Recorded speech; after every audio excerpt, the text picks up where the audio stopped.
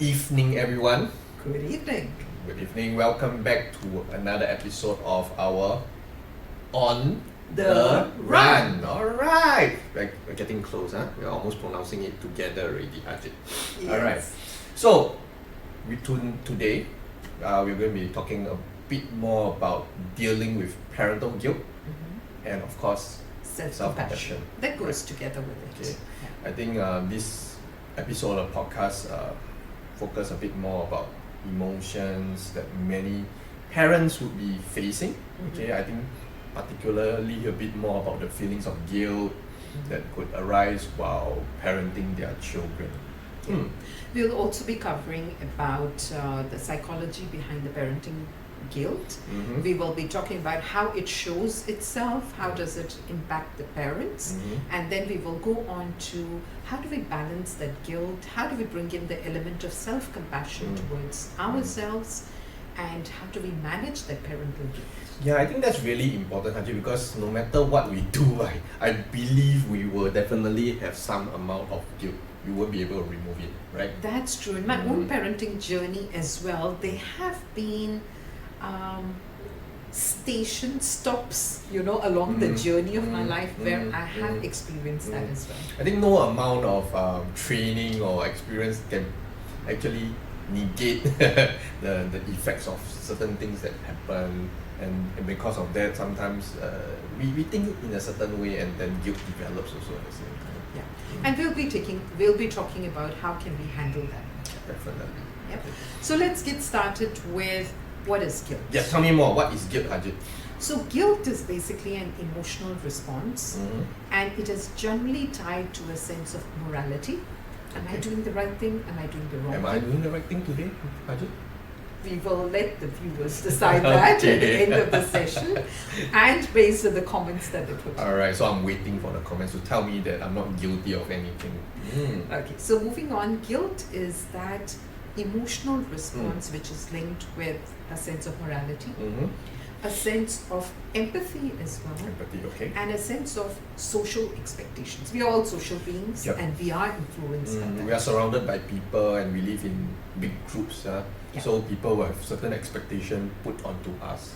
And not just people, it could be your spouse, it could be your culture, it could be your in-laws closer to home. Okay, that's really near already, okay? Very close to home. Yeah, and the culture, the country that you live in as well. Yeah. I think religion also plays a part because different religions have different expectations of how you should parent your children sometimes. Am I right to say that? Absolutely. Absolutely. Okay. Yeah. And so where there is a conflict between what I have done, my action as a parent, versus the beliefs or the norms or the expectations, where there is a difference between the two, the action and the values. That is where guilt sets in. Okay, understood.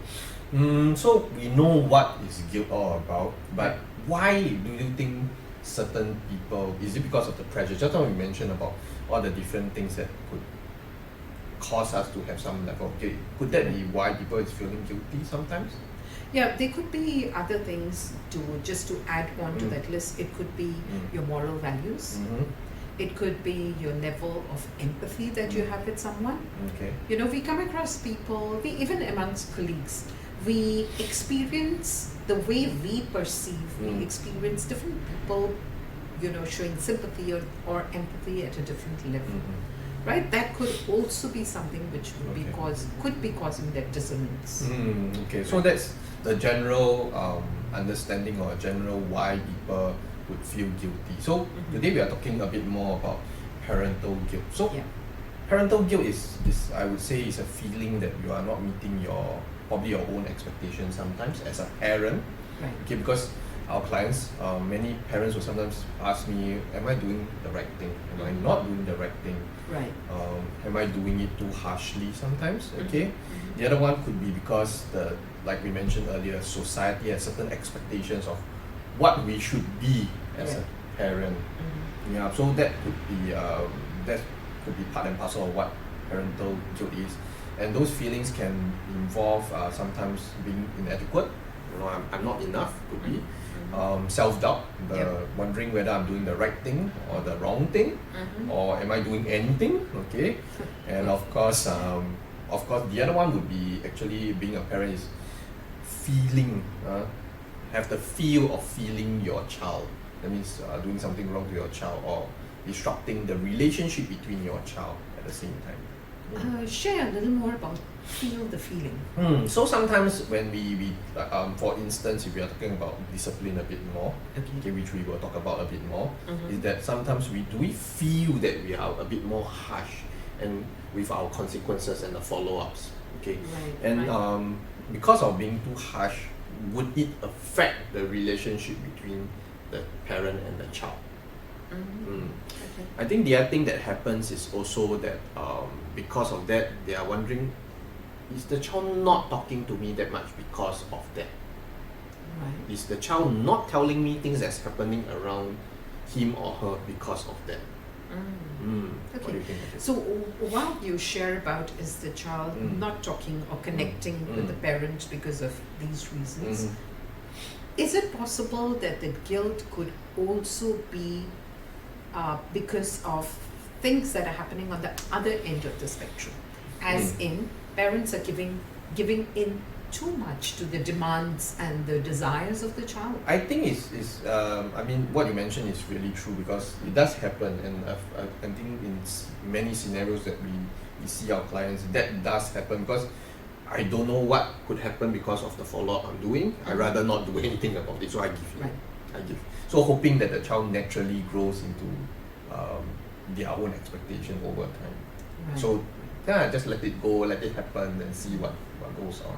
Yeah. So just to add to what you have just mentioned is just we could share an example so it could be clearer to our viewers. So things like, I'm very busy at work. I'm not able to spend enough time I with think my the work-life child. balance, right? Ajit? Yeah, the work-life balance, not able to spend time, play with my child, sit and do the homework, with the schoolwork with the child. And so over a weekend, when the child says, can I watch a movie or can I watch a YouTube video, and the parent thinks no, this is not the right time for it, but still says yes, and then feels a level of guilt. So what is happening in this scenario over here? I think saying yes because I realize, I could be working so much that I've neglected my child, and therefore of that neglect, I think I do not want to have so strict boundaries. I give way a bit more, and then again because of that, is my child's behaviors being affected by this give in? What do you think, Ajit? Yeah, I'm still thinking from the point of view of parenting guilt, since that is our topic. So it could be that level of guilt that I'm not spending enough time with the child, where a parent could give in to the child's desires and not just the needs but the wants. I think more of the wants, Ajit. I mean, I've heard a few cases of because they are not spending enough time with the child, then the child demands, the parents say, I do not want to eat whatever you have provided on the table, give me the car keys, I want you to drive me out to get a snack instead of eating what is on the table. If you refuse to give me that, I'm not going to, it's not even not going to give you, if you give in to your instructions, it's more like, then I'll be pushing you around. I'll be asking granddad to talk to you about how you're not spending enough time to Okay, that's almost resulting to some sort of manipulation. But then because the parents guilty of not spending enough time, and the parents sometimes give in to the demands. Yeah, that is definitely one of the classic examples, something that I've heard from many of our clients. So what we hear is work-life balance could be a possible source of guilt. The choices, the decisions to make, discipline, follow-ups could be also a source of guilt. Right. The other one is sometimes unmet expectations. So certain expectations that others have on us or we have on ourselves could be a source of guilt. The other one is, I think, the one that we mentioned quite a bit because now society has a lot of people who are a bit more of a perfectionist. Right. Wanting to be the perfect parent. Yep, that is so true because in the rush of life, parents are still trying to do the best they can at their work, get their promotions, get their increments. They're trying to be the best parents they can be, and in that run for perfectionism, it sets in a level of guilt in the parents as well. But it's really, really very hard to be a perfect parent because everybody has a different view Of what is a perfect parent. Perfect. You know, so Yeah. so I think that's really difficult to It is. become. Yeah. Well, one other thought that crosses my mind is we know about attachment theory in psychology, right? Yes. We talk about attachment theory. So it is the bond between the parent and child, and the parent wanting to be attached to the child sometimes, which can also which could be the cause of guilt. It could be the work-life balance not happening, and then that affecting the attachment. Okay, so lesser time, being close to the child. Yeah. Another reason could be if the relationship, just for example, if the relationship between the two parents, mommy and daddy, is not so great. I've seen in my interactions with the clients where sometimes the mummies become overly attached to the child. Okay.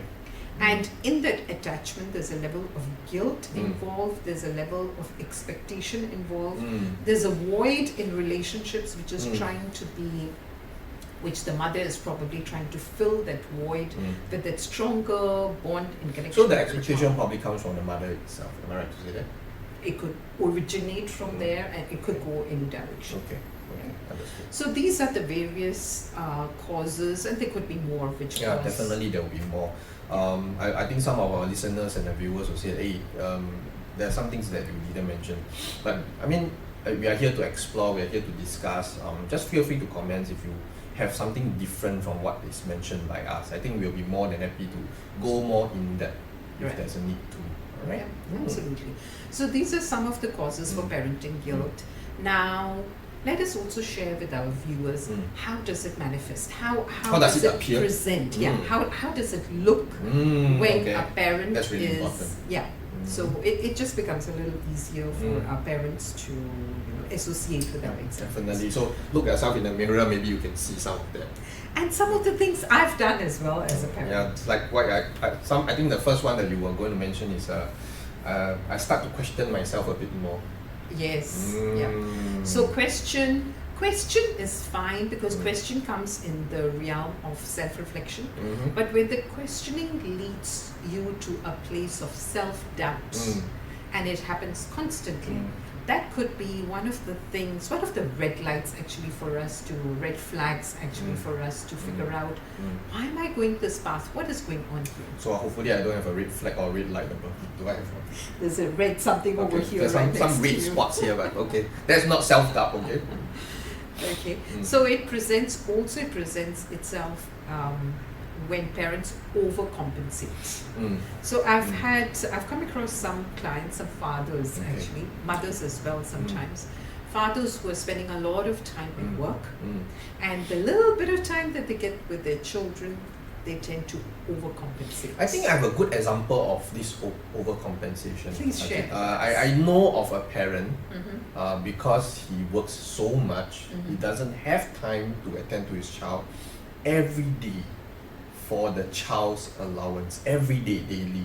The child gets $50. Is this primary school? It's Secondary primary school. school? It's primary Irrespective, primary, It's secondary. primary school, and the parent doesn't even question how the child uses that amount of money. Wow. This goes into the category of not overcompensation, but it looks like Exactly. compensation. So, yeah. so this could be an example of It is. being excessive with I don't know, gift is a gift or with allowance. Yep. Some other ways how it shows itself would be perfectionism, which we've already spoken about. The other is emotional exhaustion. Can you tell us more about that? Emotional exhaustion. I've come across some parents in the course of my work where, because they're so busy during the week, and so it's not necessarily working parents. Sometimes it could even be parents at home, homemakers as well. Yeah, I mean, they're stressed out with having the need to do housework, having the need to attend to their in-laws, having the need to attend to their own family sometimes also. Right, and running around for all the extra classes I mean, and then extra it drives them curriculum. crazy, you know. Yeah. And so what happens is sometimes these parents also feel that level of stress and guilt because in spite of being at home, they're not able to spend that amount of time with the child Okay. or guide them, you know, in certain areas as they would like to. And that is also one of the ways how it shows itself when the parents experience burnout. Yes, I understand what you're talking about, Ajit.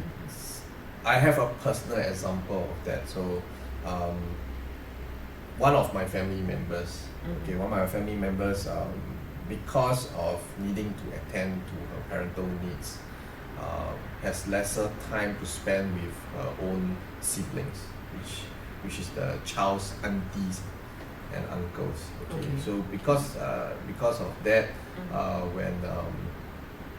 when something happened, okay, like some health emergency, and it wasn't something really good, and she felt guilty that she was not able to attend to the sibling because of too much time with the children.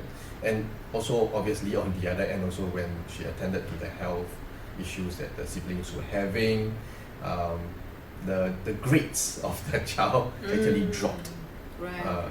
Because it was a crisis, and therefore she felt guilty that, hey, my child's grades fall, was it because of me, you know, see.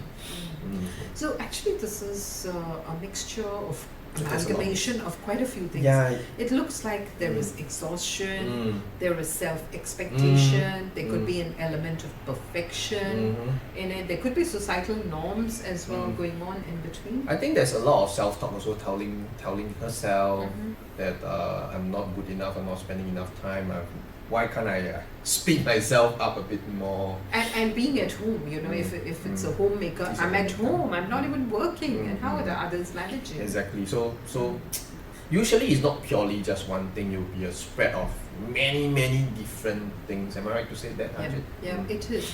And this is where one of the other reasons for the guilt could also be the parent not setting boundaries. Yes. Okay. Right. Understand. And it's very common nowadays, Ajit. It's very hard because I'm not too sure what are the boundaries I should be setting. True. Is it too strict? Or do I need to set boundaries in the first place? Okay, share with us some examples of the boundaries that... Okay, so boundaries is, for instance, I think the most common one that happens now is screen time. How much screen time is a good amount of screen time? Right. Is 1 hour too little? Right. Is setting screen time for 1 hour reasonable? Okay, or is 6 hours reasonable? This is something I can totally relate with, because when my children were in primary school, the boundary I had discussed with my husband, and two of us decided they're not going to get going to get their personal handphone till they're in secondary school. So we could manage their screen time based on whatever they were watching on TV, iPad, my handphone, my husband's handphone. That's all. There was an element of guilt there when my son was about primary 4 and he told me, you know, all my friends have a handphone. Yeah. They all know how to use it, and I don't know how to use it. Why other families can give a handphone, why not you? And what is a classic reply that parents give to that? I don't know, you know. I usually give a reply of other families. We are different people, and our family values are different. Therefore, you know. It usually falls in that category, right? That's a rational way to handle it. So eventually, both my children got their first handphone only when they were in Sec 1, in secondary school. So that is the boundary I had set. It had an element of guilt involved. Okay. Understood. Yeah. So sometimes the guilt comes when no boundaries are set. But today, when I think back, I'm thankful for the decision that I took, because in the long run, it was way more easier to keep a tab on what device they're using, and how long they are on it. Yeah, I mean, then they are used to having certain levels of restrictions also. Yeah. Yeah. Okay. Okay. Mm. So, moving on Mhm. to what do we have next? So we were talking about how the parenting guilt, how it shows. Yeah, how it What shows, does it how it look looks like? like. So sometimes then of course it sometimes shows in an emotional way, which you feel a bit more stressed out. You feel the stress, you feel anxiety. Sometimes even regret. Okay, we regret. Yeah, definitely. I think some parents, even after things have happened for a long time, Yep. they do still feel there is some level of regret of not doing certain things, right? Right. And I think the other one, because of the emotions, mental health actually can manifest. I mean, bad mental health, negative mental health issues could manifest because of that also at the same time. Yeah. I have come across a few parents who have this regret about, I didn't do the right kind of parenting with my first child. So now I'm trying to salvage the situation. So it spirals. Yeah. Spirals now. Sometimes it spirals, sometimes, so the few I've spoken to, they're also making an effort to do the right thing with the second child. But what about the first child? They've crossed, a certain age. So regrets that I can't do anything with my first child, so now I'm attending to my second one a bit more. Right, and trying to see how I can still connect with that elder child So- in different ways. So in an event, if I still feel there's a regret with my second child, should I have a third one to make sure I'm doing things right, Ajit? Alright, I'm not going in that area. Okay, I'm not going that direction. Alright. Okay. But so how does this impact? So we have spoken about how it looks, right? The parental guilt. So how does it impact? I think we the touched parent? on the emotion part, the stress, the We have. anxiety. We have. Then the other one that happens is the behavior. You become a bit more sensitive. You become a bit more explosive. You become a bit more reactive. I think sometimes we tend to shout a bit more, raise our voice a bit more when we are so stressed out by it. Am I right, Ajit? What do you think? Yeah. Do we exhibit any of this? I don't feel you exhibit any of this. In fact, you are a very calm person to me, Ajit. Thank you, thanks. So the thought that crosses my mind is, once again, parenting guilt shows in the behavioral aspect of the parent also could be either this end of the spectrum or that end. So it could be explosion. It could be, a lot of volcano lava flowing out, right? Okay. On the other end, I've also seen some parents who go into the shell. It's like, I'm so guilty about it. I've done something so wrong. So there's so much of remorse. There's so much of, that negative thought going on where they don't take any action as well. Okay. Could you give us some examples of that? Some areas that could happen? So one client that I had come across was this mom who had been working, a high flyer, High five. high achiever, did excellent on her career side, but could not spend time with the children. Okay. And then she went into, at a certain point of life when the children were somewhere closer to the teenage years, she went into quitting her job and going on to be away from the family for a while, because she was so affected by the fact that where the children were heading. Okay. And she totally went into her shell. Okay. All right. So it could have extreme impact on the behavior, the thought of the parent. But in the points to come, we will be sharing with you how we can handle that. as Okay. well. Okay. I think I have a similar example of the parent just leaving the children in where they are, and then just going overseas and not coming back for many years. So Years. Oh, yes, wow. yes, many years. So one of the clients did that. So I think when guilt kicked in, which I think was not a bad guilt to have, is that when guilt kicked in and they realized that the child was at risk of self-harm, then that's when one of the parents came back. Whoa.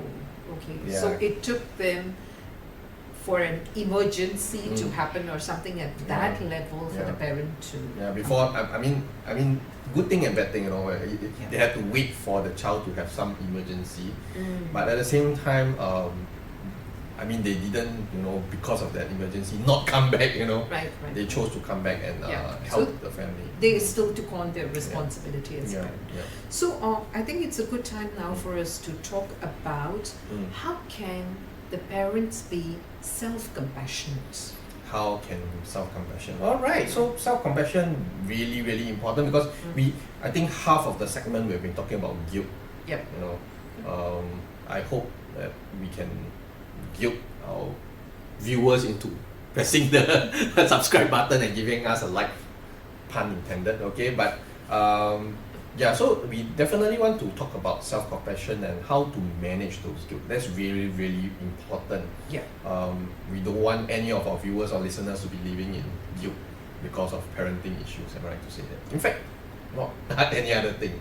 Yeah. And since you're on the run, we'll definitely share some tips with you to make life better. And making sure that they keep on the run, But you can stroll once in a while, it's fine. But definitely we have to journey on again. So what is self-compassion? What is self-compassion? So from my understanding of self-compassion is about treating yourself with the same level of kindness and understanding that you will give another person. Provided you are a compassionate person. But most of us are actually, I think our listeners are mostly compassionate people. So treat ourselves with that same level of kindness and compassion that you would have for another person.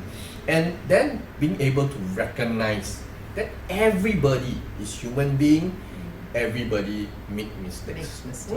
Yeah, absolutely. So if you feel there's an element of guilt in your parenting, a good place to start to get things into perspective will be by accepting the place where you are and being kind to yourself. Tell me more, compassionate Ajit. to yourself. This one is a bit deep. Tell me more. Okay. So kindness is about, just like you were mentioning, one of the things is it's so easy for us to tell a sibling, a friend, a colleague to say, let bygones be bygones, and Definitely. let's pull up our socks and let's move towards making improvement. But why is it so difficult for us to do that for ourselves? I'm not too sure, Ajit. You see that silence that I'm giving you now? I'm not too sure. Probably it's because if I can tell another person about it, why can't I do it with myself? There could be many reasons for it. One of them is also the self-expectation. And the guilt tripping we take ourselves. Yeah, we trip into. over ourselves. Ourselves, yes. Oh, right, okay. Yeah. That's something deep. Yeah. So let us be kind to ourselves. Kind does not mean you forget whatever has happened in the past. We take that into account. We forgive ourselves from the point of view of having a positive step towards improvement. Okay. Let me put on my counselor's hat and I'm going to tell the listeners and the viewers, we give you the permission to be kind to yourself. Can I add another statement? Yes, please, Ajit. As the counselor gives you permission to do that, please give yourself the permission to do that as well. Definitely. Okay. So we make sure we cover all the little ends for our viewers and listeners. So I'm going to take off this hat and come back as a host. Okay. So self-compassion, one of them is the compassion or the kindness that we spoke about. What comes next? Then we're going to talk about what are the steps we could take for self-compassion. Did I miss anything else, Ajit? No, that's good. We'll add on. We'll add on as it comes. So I think it's all the trend now for the many years is we can do mindfulness. What is mindfulness? Is being able to acknowledge and being able to accept that feeling of guilt without judgment. And the first thing that comes before mindfulness is, are you in a state of presence to even feel that feel of I'm feeling guilty, right? So the mindfulness involves that element of being present to know, what am I thinking? Why am I thinking that way? Okay. Is it going too deep? It's a bit deep. I'm also going deep already. I think. So I think it's about being able to sit there in that moment, right? And in a non-judgmental manner. Okay, that's going to be very hard because many people is going to judge themselves. It is going to be hard because there is an element of guilt. There are probably things you have done or things that you're supposed to do which you haven't done. But when you bring the element of being non-judgmental, that is when you are able to make a little more rational decisions. Okay, I think what we are trying to say here is it's going to be hard, Yes. but it's not going to be impossible if we put ourselves into it. And practice. Try it once, try it again, try it a few times till you get a hang of what it is. Haji, that's not going to be very useful because our listeners and viewers are going to say, how many times should I be trying? How many times? Is there a number to it? There is no magical Sadly, formula to okay. it. Sadly, don't have because a lot of our clients will be asking us, is there a number to it? How many times should I do it? So it's a muscle Yeah. which grows stronger as you keep exercising.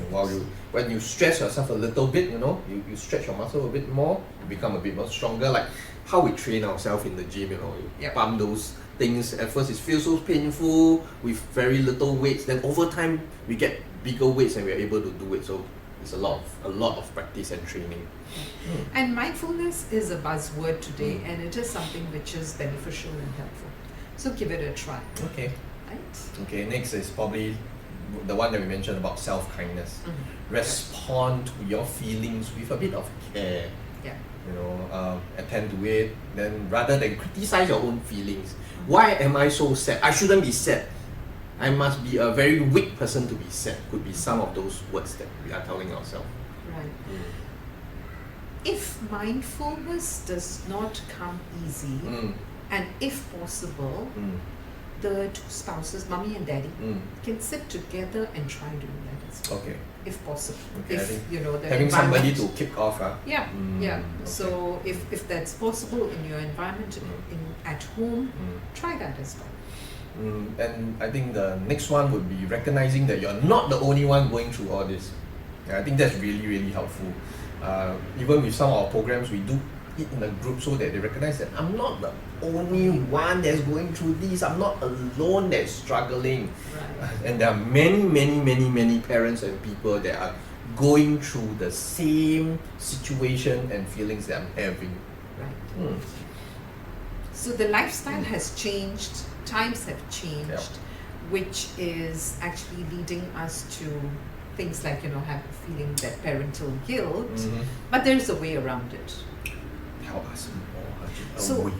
So the way, as we talk about the compassion, the kindness, the mindfulness, if this does not convince you, think about if you were to do all these, how is it going to benefit? Right? What is the change that it is going to bring about? Okay, that's really, really important. How does it benefit you? Long term wise, I would feel okay. At the short term wise, I think the how you react to people around you would already be changing. Yeah. I even have some clients telling me that, hey, my child told me, Mommy, you sound different. You are acting different today. Are you okay? And in a good way. Way. Okay, so that would be some benefits that could be happening as and when you start it. Long term wise, I think it would be about improvement in the mental health. I think it's all the trend. Now everybody is focused on mental health, and lo and behold, it is really, really important because being emotionally well, being able to handle that level of burnout sometimes would prevent you from falling into being depressed or even into having certain levels of anxiety that clinically could put you into needing medical attention. Am I right to say that? Right.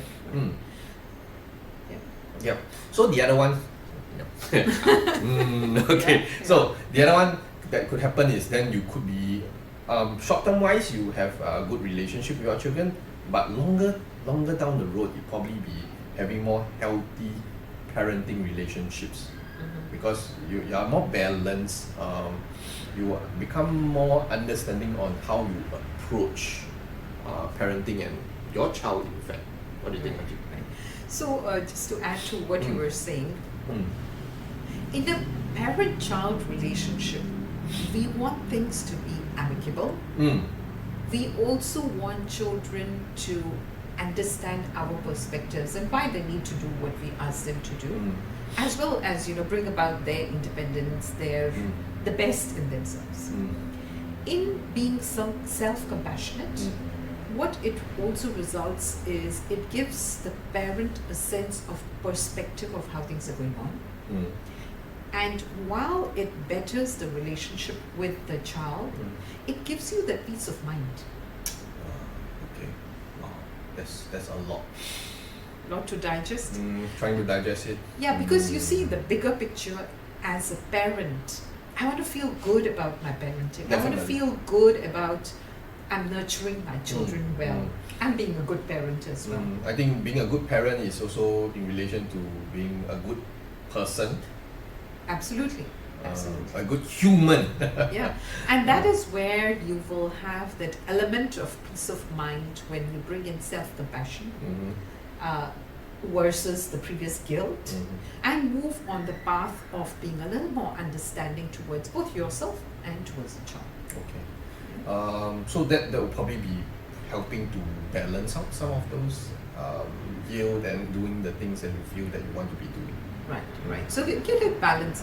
It's not that guilt is always wrong or bad. For example, if I want to exercise every morning and I need to get up early because I need to do that aspect, if my expectation is I finish my exercise before I go to work, and one morning I don't get up for any reason, that guilt could be helpful for me because the next day I will ensure I don't snooze and I actually get up. But when we're talking about parenting guilt, a lot of things happen in the negative sense. So let's get that perspective of having a balance between the guilt. Okay. Right? I think what we are talking about is very similar to having very similar to talking about stress. Actually, there's healthy stress and there's way too much stress, which is unhealthy stress. I think guilt falls into the same category. You can have certain levels of guilt that motivates us to do certain things a bit more or react faster. Right. Another example that comes to my mind is children have to do their spellings, right? And I've come across my own children where I had fixed certain days when they would have to practice spellings on their own, and sometimes I would just tell them, today is a Tuesday, and they immediately sense, oh, I haven't practiced my spellings today. And with that element of guilt, but by just saying today is a Tuesday, they run to go and do their spellings. What guilt-inducing Tuesday. So it could be taken in a positive way, and it could be taken because then they go and do their spelling, right? Yeah. Without you having to scream it and breathe down there. So I think that's a good one to talk about. It's definitely a healthy sort of guilt. Yeah. All right. So while we talk about self-compassion and parenting guilt, let's talk about some actionable tips for our viewers. One of them would be to set realistic expectations. I think we spoke a lot about expectations. So being realistic about ourselves, what we can do, what we expect from our parenting is really, really important. Right. Absolutely. Of course, if it's not within what you can do, then it's not realistic. Yeah. Right. The second thing would be, while we talk about self-compassion, it's also about self-forgiveness. I forgive myself for saying wrong things in the podcast. Okay. Not parenting, but well, it's an opportunity that opened up by itself. I mean, we do make mistakes. And usually mistakes are in the past, right? And we can't dwell on those mistakes forever. And we make an effort to do the best we can in the future, which would be focus on your strengths. Each of us have some strengths, right? So in your parenting journey, focus on your strengths. What is something you can do better? What are some positive aspects in your dealing, your interaction with the Or children? what have I done well already? Yeah, absolutely. The Or- past, Or what? reflection on the past as well, Yeah, I think, yeah. While we're talking about this, I'm reflecting already. on your own parenting.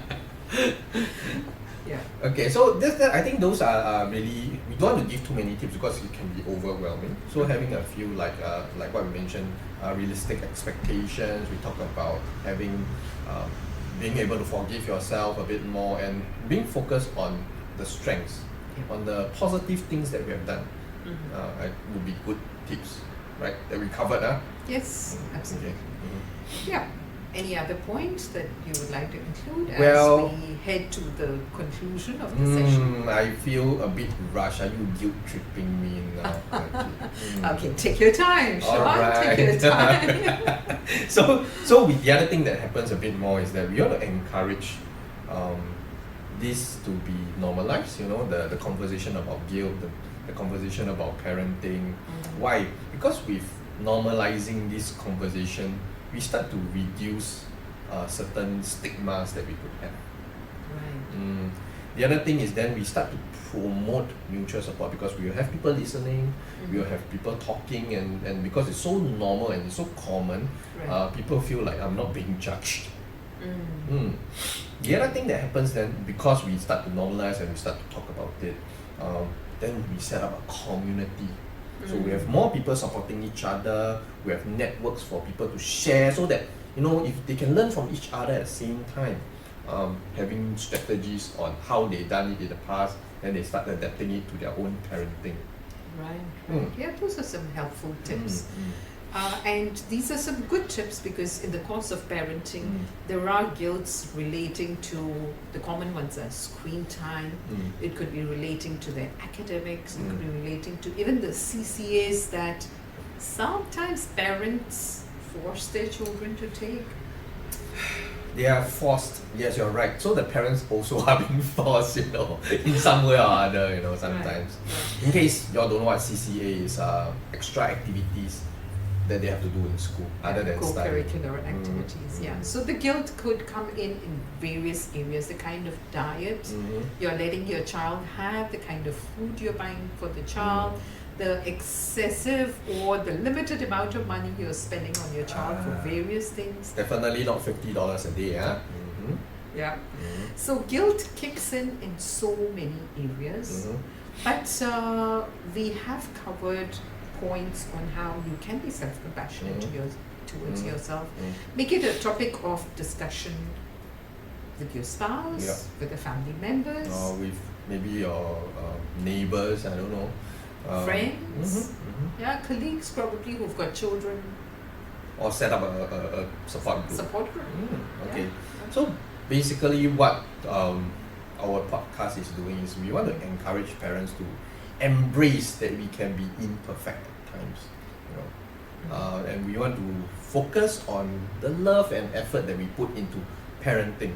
Of course, you're parenting because you love your child, or even saying that you have certain responsibilities for your child. Right. And then, of course, at the same time, you want to be practicing self-compassion as parents so that we can elevate some of the stress and then cultivate a more healthy mindset and well-being for both the parent and the child. What do you think, Ajit?